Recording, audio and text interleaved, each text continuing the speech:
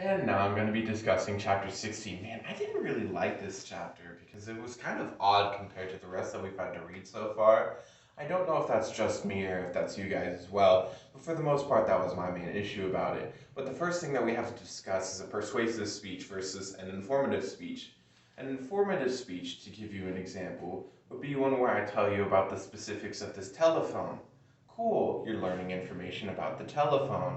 The second thing is, if I were to do a persuasive speech, if I were to tell you, I think this phone is better than this one because of this reason and that reason and yada yada yada.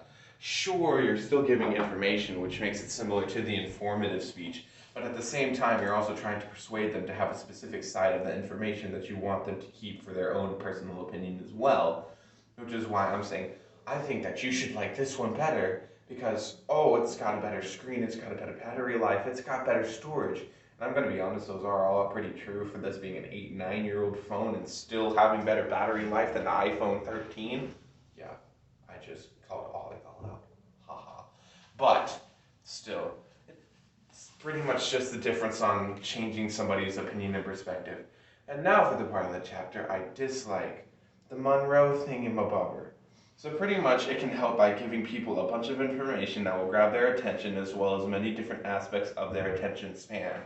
You have like the attention grabber and a bunch of other different sections of that I'm not going to get too deep into because I'm sure other people will.